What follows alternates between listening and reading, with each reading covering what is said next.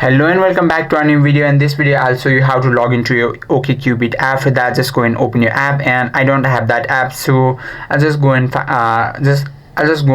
sign up with my Cupid. I'll just go and open with my browser,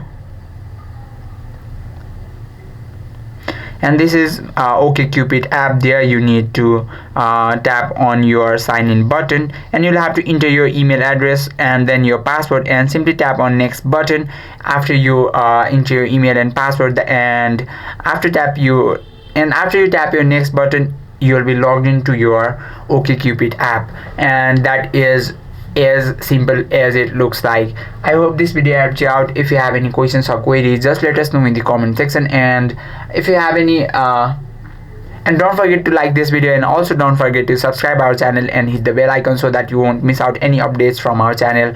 Thank you for watching.